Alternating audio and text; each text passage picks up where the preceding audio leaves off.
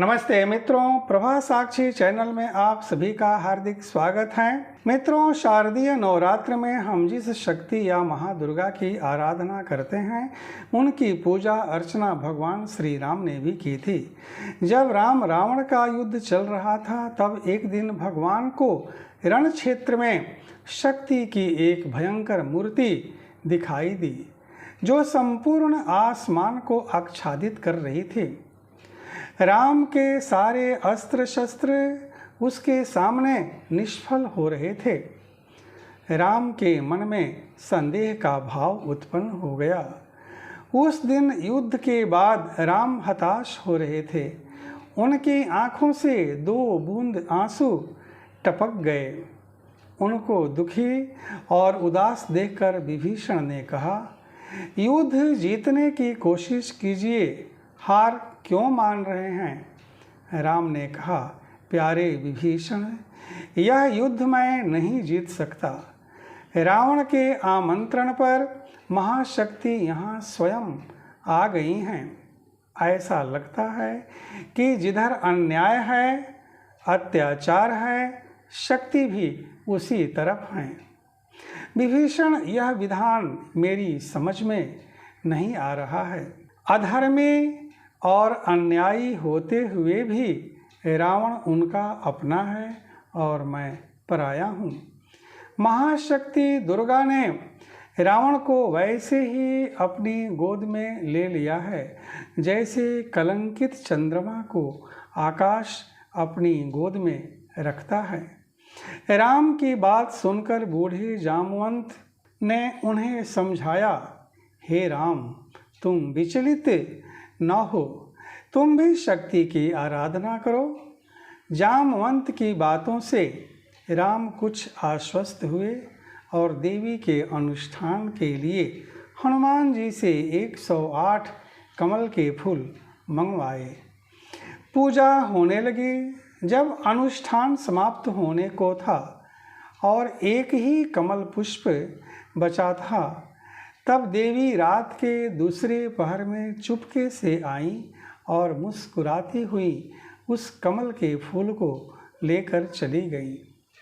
प्रातःकाल अनुष्ठान के समापन के समय आखिरी कमल चढ़ाने के लिए राम ने जैसे ही हाथ बढ़ाया, कमल पुष्प न पाकर चिंतित हो गए।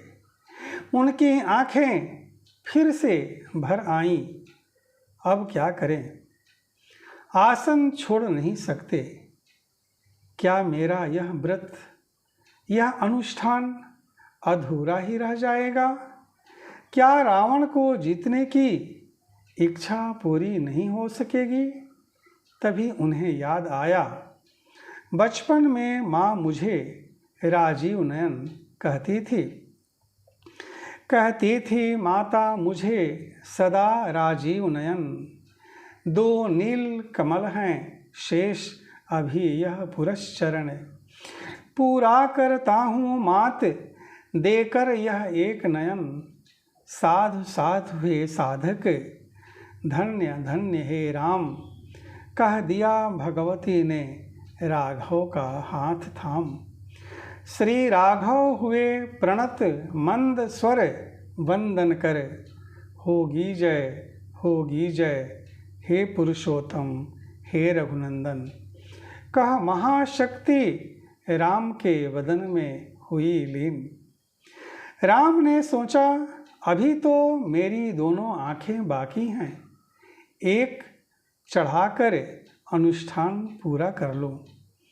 बाण से आंख निकालने के लिए भगवान ने ही जैसे हाथ बढ़ाया, देवी ने आकर हाथ पकड़ लिया। राम ने देखा, साक्षात सामने ज्योतिर्मय रूप में महाशक्ति दुर्गा विद्यमान थी। उनका बायां हाथ रावण के कंधे पर और दाहिना हाथ भगवान श्री राम के मस्तक पर था। राम महाशक्ति के चरण कमलों में झुक गए।